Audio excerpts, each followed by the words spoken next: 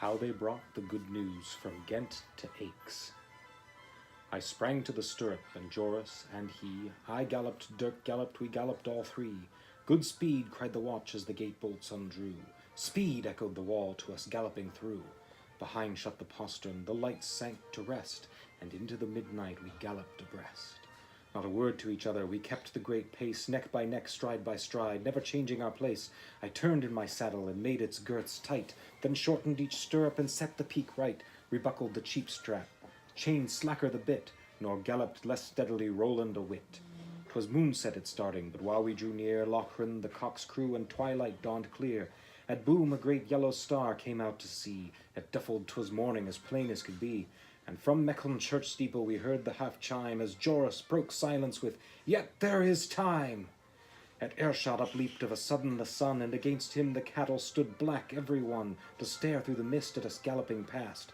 And I saw my stout galloper Roland at last, with resolute shoulders each butting away the haze as some bluff river headland at spray, and his low head and crest, just one sharp ear bent back for my voice, and the other pricked out on his track, and one eye's black intelligence, ever that glance o'er its white edge at me, his own master askance, and the thick heavy spume flakes which I and anon his fierce lips shook upward and galloping on.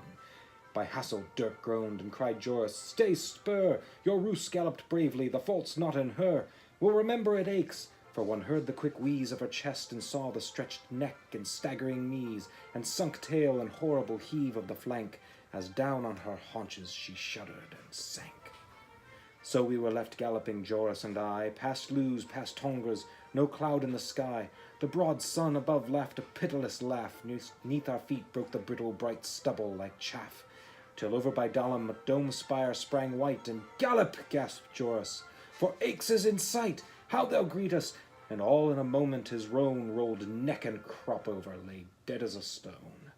And there was my Roland to bear the whole weight of the news, which alone could save Aix from her fate.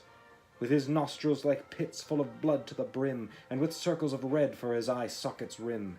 Then I cast loose my buff coat, let each holster fall, shook off both my jack boots, let go belt and all, stood up in the spirit, leaned, patted his ear, called my Roland his pet name, my horse without peer, clapped my hands, laughed and sang, any noise, bad or good, till at length into Aix Roland galloped and stood.